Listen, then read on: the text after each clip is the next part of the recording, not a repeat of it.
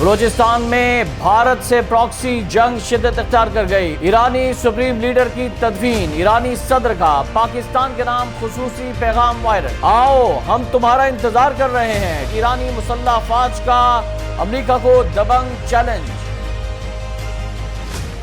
بسم اللہ الرحمن الرحیم، السلام علیکم ناظرین، آپ دیکھ رہے ہیں خبرگام اور میں ہوں احتشام الرحمان۔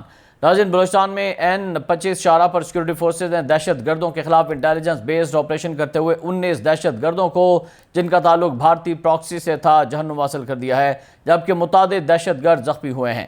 کارروائی کے دوران وطن کے دفاع میں لڑتے ہوئے سیکورٹی فورسز کے 11 بہادر سپوتوں نے جام شہادت نوش کیا ہے۔ سیکورٹی ذرائع کی جانب سے فراہم کی جانے والی تازہ ترین اطلاعات کے مطابق آپریشن جھاؤ کراس اور کرارو کے درمیان کیا گیا، جہاں دہشت گرد شاہراہ پر رکاوٹیں کھڑی کر کے مسافروں اور مقامی شہریوں سے بھتہ وصول کرنے میں مصروف تھے۔ ذرائع کا کہنا ہے کہ سیکورٹی فورسز نے خفیہ اطلاعات کی بنیاد پر بروقت کارروائی کرتے ہوئے دہشت گردوں کو نشانہ بنایا، جس کے نتیجے میں 19 دہشت گردوں کو جہنم واصل اور متعدد کو زخمی کیا گیا ہے۔ سیکورٹی ذرائع کے مطابق آپریشن کے دوران دہشت گردوں کی جانب سے مسلح افواج کو شدید مزاحمت کا سامنا بھی کرنا پڑا، جس میں وطن کے دفاع کے لیے لڑتے ہوئے سیکورٹی فورسز کے 11 بہادر اہلکار شہادت کے عظیم رتبے پر فائز ہو گئے۔ علاقے میں کلیئرنس آپریشن جاری ہے۔ سیکورٹی فورسز دہشت گردوں کے سہولتکاروں اور فرار ہونے والے عناصر کی تلاش کر رہی ہیں۔ ادھر ناظرین، فیلڈ مارشل سید عاصم منیر نے کہا ہے کہ دشمن انٹیلیجنس ایجنسیز کی جانب سے پاکستان کو غیر مستحکم کرنے کی تمام کوششیں ناکام ہوں گی۔ سرحد پار سے ہونے والی دہشت گردی کو ریاست پوری قوت سے کچل دے گی۔ انہوں نے واضح کیا کہ دہشت گردوں اور ان کے سہولتکاروں کی پناہ گاہیں مکمل طور پر ختم کر دی جائیں گی۔ پاک فوج کے شعبہ تعلقات عامہ ISPR کے مطابق چیف آف ڈیفنس فورسز اور فیلڈ مارشل حافظ جنرل سید عاصم منیر نے نیشنل ڈیفنس یونیورسٹی اسلام آباد کا دورہ کیا اور national security and war course کے گریجویٹنگ افسران سے خطاب کیا۔ فیلڈ مارشل سید حافظ عاصم منیر نے جنگ کی بدلتی ہوئی نوعیت پر روشنی ڈالی اور مسلح افواج کی صلاحیتوں، بلند حوصلے اور آپریشنل تیاریوں پر اعتماد کا اظہار کیا۔ چیف آف ڈیفنس فورسز نے کہا کہ جنگ کی نوعیت بدل چکی ہے، پاکستان کی مسلح افواج بھی اپنی حکمت عملی اور صلاحیتوں کو اسی مطابق ڈھال رہی ہیں۔ اسٹریٹجک وضاحت اور ادارہ جاتی پیشہ ورانہ صلاحیتی پیچیدہ چیلنجز سے نمٹنے کی بنیاد ہیں۔ پاکستانی مسلح افواج جدید جنگی چیلنجز سے نمٹنے کے لیے مکمل طور پر تیار ہیں۔ عاصم منیر نے کہا کہ NDU جیسے ادارے مستقبل کی عسکری اور سول قیادت کو ہائبرڈ، روایتی اور غیر روایتی خطرات سے نمٹنے کے لیے تیار کر رہے ہیں۔ انہوں نے واضح کیا کہ دشمن انٹیلیجنس ایجنسیوں کی پاکستان کو غیر مستحکم کرنے کی کوششیں انشاءاللہ ناکام ہوں گی اور ریاستی سرپرستی میں کام کرنے والے دہشت گرد نیٹ ورکس کو ہر قیمت پر شکست دی جائے گی۔ فیلڈ مارشل نے دو ٹوک انداز میں کہا کہ سرحد پار سے ہونے والی دہشت گردی کو ریاست کی پوری طاقت سے کچل دیا جائے گا۔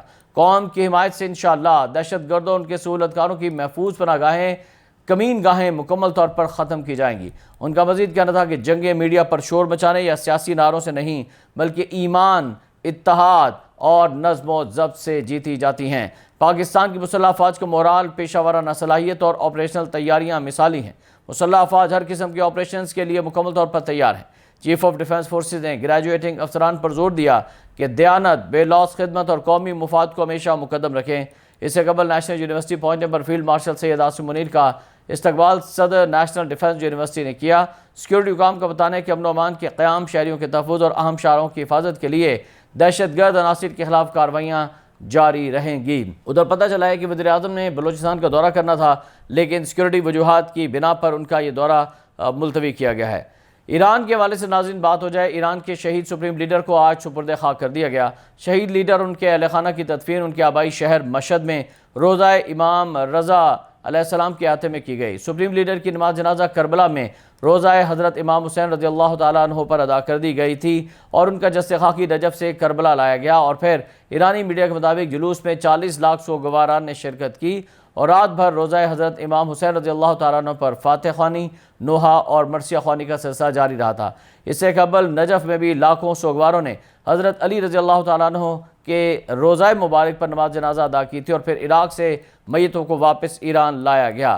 میتوں کو گزشتہ 6 روز کے دوران ایران اور عراق کے مختلف شہروں میں لے جایا گیا، جہاں لاکھوں زائرین نے ان کی نماز جنازہ ادا کی اور انہیں خراج تحسین پیش کیا۔ رپورٹس کے مطابق تدفین جو ہے وہ مشہد میں کی جائے گی شہداء کی، جو ایران کا ایک مقدس شہر سمجھا جاتا ہے۔ ادھر ناظرین، ایران کے صدر ڈاکٹر مسعود پزشکیان نے شہید سپریم لیڈر کی الوداعی اور سرکاری تدفین میں شرکت پر وزیر اعظم پاکستان شہباز شریف اور پاکستانی وفد کا شکریہ ادا کرتے ہوئے پاکستان کو برادر اسلامی ملک قرار دیا ہے۔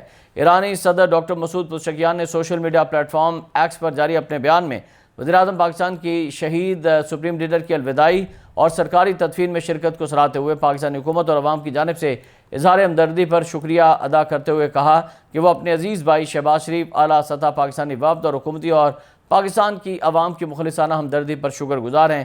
انہوں نے کہا کہ ایران اس حمایت کو کبھی فراموش نہیں کرے گا۔ انہوں نے کہا کہ ایران اور پاکستان نے ہمیشہ ایک دوسرے کے آنسو اور مسکراہٹیں بانٹی ہیں اور دونوں ممالک ہر مشکل گھڑی میں بھائی چارے اور یکجہتی کے ساتھ ایک دوسرے کے ساتھ کھڑے ہیں۔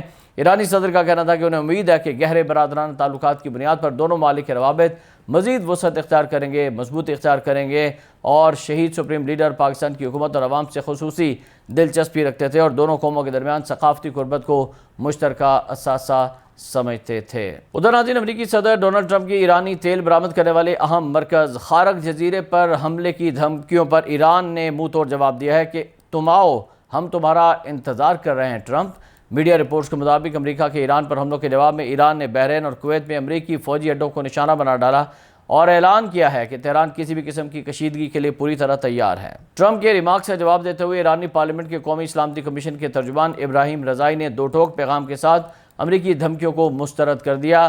کہا کہ ٹرمپ آ جاؤ، ہم تمہارے منتظر ہیں، خارق جزیرے کے خلاف کسی بھی ممکنہ فوجی کارروائی کا مقابلہ کرنے اور منہ توڑ جواب دینے کے لیے تیار بیٹھے ہیں۔ دوسری جانب عباس عراقچی جو کہ وزیر خارجہ ہیں ایران کے، ان کا کہنا تھا کہ جارحانہ بیان بازی کبھی بھی ایرانی قوم کے وقار یا لچک کو کم نہیں کرے گی۔ اور آخر میں آپ کو بتائیں کہ امریکہ اور ایران کی بڑھتی ہوئی کشیدگی اور اسلام آباد ڈیکلریشن کی خلاف ورزی کے بعد پاکستان نے خطے میں بڑھتی ہوئی کشیدگی پر گہری تشویش کا اظہار کرتے ہوئے امریکہ اور ایران سے تحمل کا مظاہرہ کرنے کی اپیل کر دی ہے۔ ترجمان دفتر خارجہ کا کہنا ہے کہ تنازع کا دوبارہ آغاز کسی بھی ملک کے مفاد میں نہیں ہوگا۔ فریقین اسلام آباد مفاہمتی یادداشت کے تحت طے کی گئی اپنی ذمہ داریوں اور وعدوں کی پاسداری کریں۔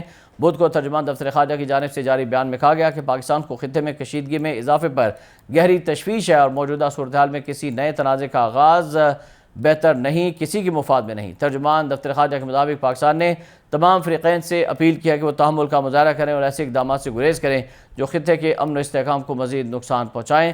بیان میں کہا گیا ہے کہ خطے میں پائیدار امن کے مشترکہ مقصد کے حصول کے لیے مسلسل رابطے، مذاکرات اور سفارتکاری ہی واحد مؤثر رابطہ ہیں اور ان کا کوئی متبادل نہیں ہے۔ ناظرین، آج کے اس ویلاگ سے فی الوقت اتنا ہی۔ احتشام الرحمان کو اجازت دیجیے گا۔ اللہ حافظ۔